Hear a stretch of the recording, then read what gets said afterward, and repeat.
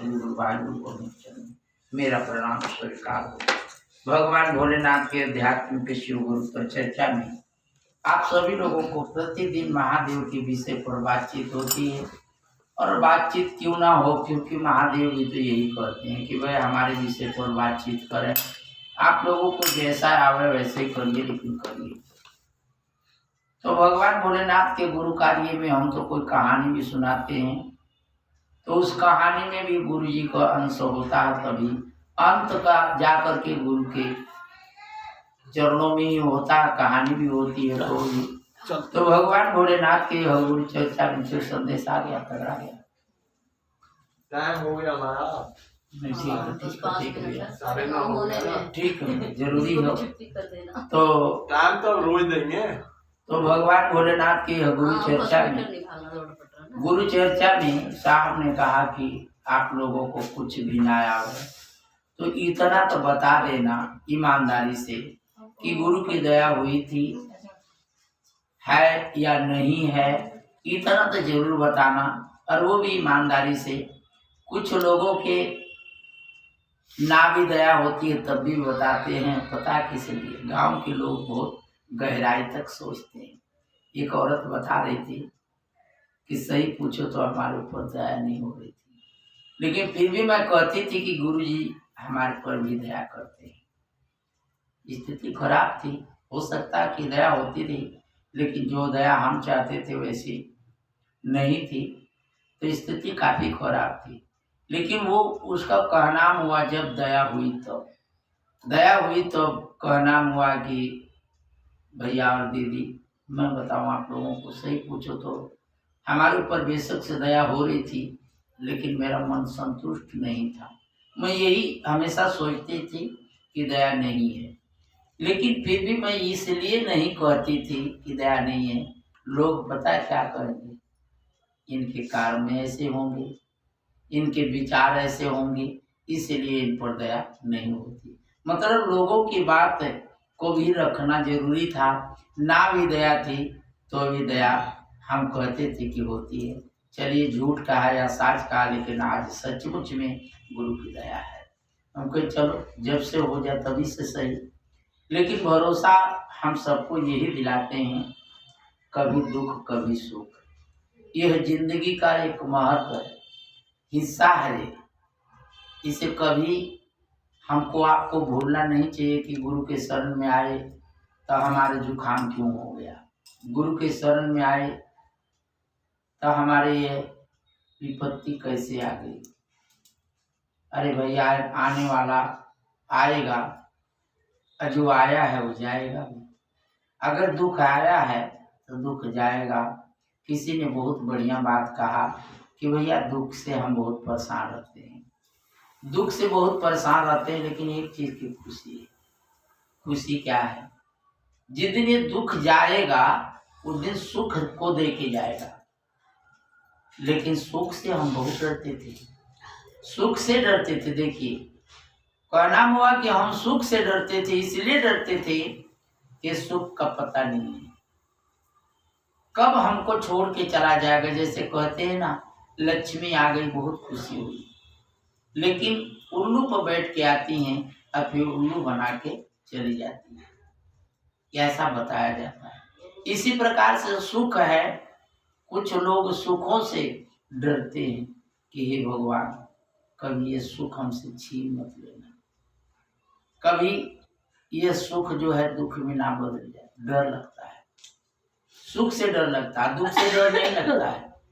सही मायने में जो जानकार होगा कहेगा यार दुख है ना, दुख है तो है, उसमें क्या कह सकते हैं। जब तक परमात्मा की लीला है, जब तक वह देना चाहेगा देगा। जिस दिन उसकी निगाह बदलेगी उस दिन सुख दुख जो है सुख में बदल जाएगा। और जब सुख में बदलेगा तो उसको बड़ा हंसते खेलते काट लेंगे। लेकिन अगर सुख जो है वो अगर दुख में बदलेगा तो बहुत कठिनाई होगी, जिंदगी जहन्नम हो जाएगी, झेलना मुश्किल हो जाएगा। इसलिए दुख और सुख दोनों साथी हैं, और दोनों को अगर दुख को दुख ना मानो तो इतना भारी है तो, लेकिन इतना भारी नहीं पड़ेगा। कहते हैं न जाहि विधि राखे भोला ताही विधि रहना। तो जैसे परमात्मा रखता है वैसे रह लेंगे। लेकिन अगर ये हम शिकायत करें कि गुरु जी आपके शरण में आने के बाद भी हमसे दुख से पीछा नहीं छूट रहा है,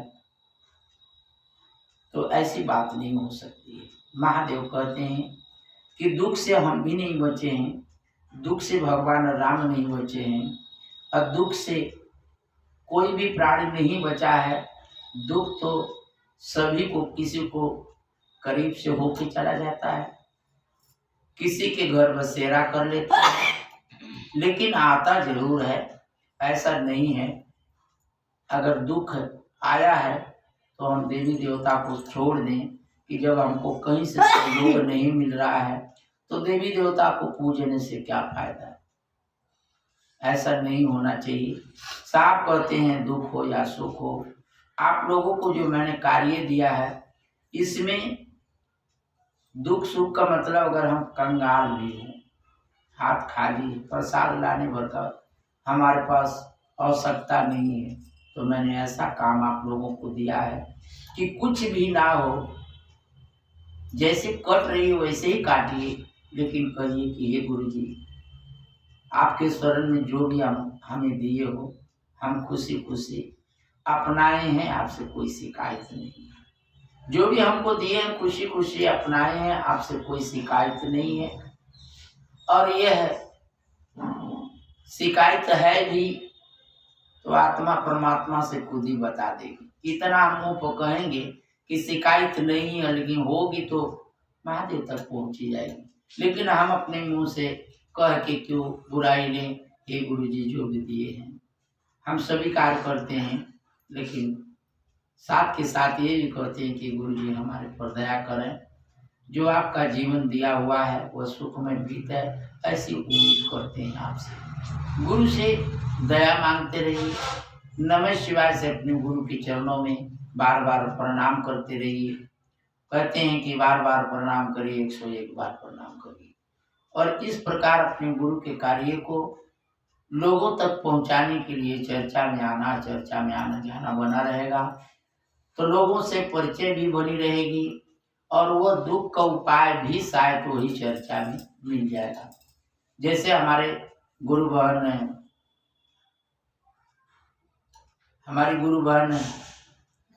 सुदामा, हमारे गुरु बहन सुदामा के एक फुंसी निकल गई, और एक निकले, एक ठीक ना हो तो दूसरी फिर निकल जाए। चर्चा में आई, बातचीत हुई, चर्चा में आई तो चर्चा हुई उस बात पर कि मोहन अभी तो ठीक ठाक थी, ऐसी कैसे हो गया। तो इन्होंने कहा कि गुरु भाई ऐसे ही होता रहता है, ठीक होता रहता है।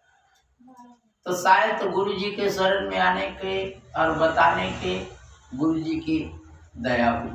हमने एक बहुत छोटी सी दवाई बता दिया कि आप ये कर लें।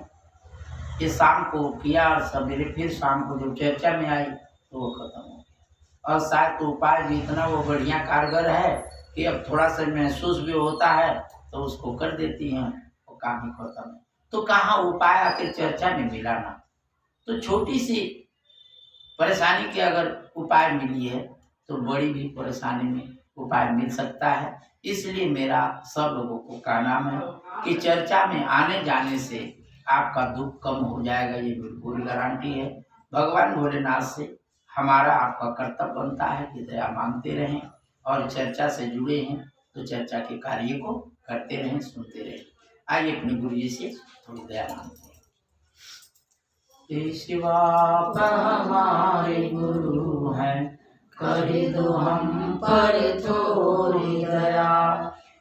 शिवा हमारे गुरु कर दो हम पर थोड़ी दया। सारा जगत है बैरी मेरा, सारा जगत है बैरी मेरा, तुम ही है एक राह दिखा। ईश्वा हमारे गुरु कर दो हम पर थोड़ी दया। ईश्वा हमारे गुरु करी दो हम पर थोड़ी दया, करी दो हम पर थोड़ी दया। तो भगवान भोलेनाथ के यह गुरु कार्य में अपने गुरु से दया मांगी गई। यह सामूहिक दया गुरु जी सभी के ऊपर बराबर करते हैं। जहाँ अकेले में अगर सुनवाई नहीं है तो आइए गुरु के दरबार में और वह सामूहिक दया मांगी। पूरी गारंटी के साथ मेरा कहना है कि आप सभी पर दया हो। तो भगवान भोलेनाथ के गुरु चर्चा को विराम देते हुए अपने गुरु के चरणों में प्रणाम करते हैं। आदि शक्ति माँ भवानी के चरणों में साहब दीदी सभी गुरु भाई गुरु बहनों के चरणों में मेरा प्रणाम स्वीकार हो। महादेव गुरु की चर्चा को विराम दिया गया। अब आप लोग खड़े होकर के गुरु आरती करते हैं।